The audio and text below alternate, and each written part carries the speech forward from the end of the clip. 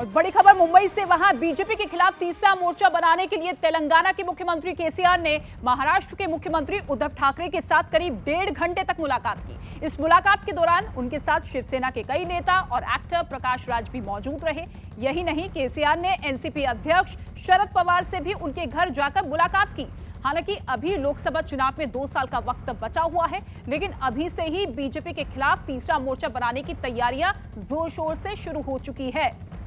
दिवाकर सिंह इस वक्त हमारे साथ मौजूद है। दिवाकर, क्या कुछ जानकारी इसको लेकर? और जी रितिका, 2024 के लोकसभा चुनाव में बीजेपी के खिलाफ एक मजबूत मोर्चा बनाने को लेकर आज पूरे दिन मुंबई में राजनीतिक हलचल लगातार चलती रही। इस दौरान केसीआर जो है वो महाराष्ट्र के मुख्यमंत्री से मिले और केसीआर के विचार को महाराष्ट्र के मुख्यमंत्री यानी शिवसेना ने साफ तौर पर समर्थन किया है। ये वही शिवसेना है जिसने 2019 में बीजेपी के साथ चुनाव लड़ा था, लेकिन 2024 के लोकसभा चुनाव को देखते हुए अब वो बीजेपी के खिलाफ जो फ्रंट तैयार करने की कोशिश की जा रही है उसमें शामिल होती नजर आ रही है, ताकि किसी भी तरह आने वाले लोकसभा चुनाव में भारतीय जनता पार्टी को रोका जा सके। और इसलिए मुंबई में तेलंगाना के मुख्यमंत्री केसीआर ने बीजेपी के खिलाफ तीसरा मोर्चा बनाने के लिए महाराष्ट्र के मुख्यमंत्री उद्धव ठाकरे से मुलाकात की, बातचीत की। और 2 साल बाद यानी कि 2024 में लोकसभा चुनाव होना है, जिसे देखते हुए विपक्षी पार्टियां बीजेपी के खिलाफ मोर्चा बनाने में जुटी है।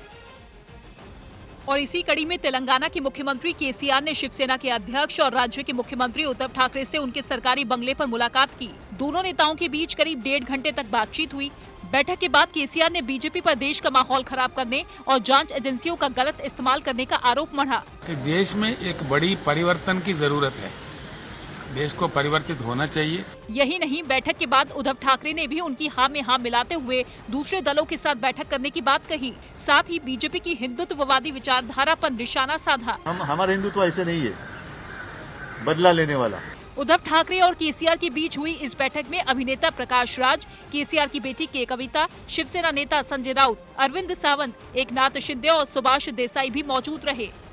और इस दौरान केसीआर के साथ उनकी कई मुद्दों पर चर्चा हुई, लेकिन इस बैठक के खत्म होते ही केसीआर सीधे एनसीपी अध्यक्ष शरद पवार के घर पहुंच गए और वहां भी उन्होंने बीजेपी के खिलाफ तीसरा मोर्चा बनाने की बात करते हुए उनसे साथ आने की अपील की। 1.5 घंटे तक महाराष्ट्र के मुख्यमंत्री से मुलाकात करने के बाद अब केसीआर जो है वो एनसीपी सुप्रीमो शरद पवार से मिलने के लिए पहुंचे हैं। वहीं केसीआर की इस पहल के बाद महाराष्ट्र की सियासत गर्मा गई।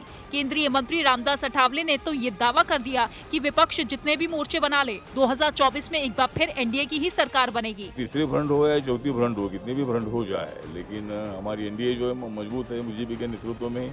तीसरे मोर्चे पर हुई बैठक पर बीजेपी के नेताओं ने भी केसीआर के साथ शिवसेना पर निशाना साधा।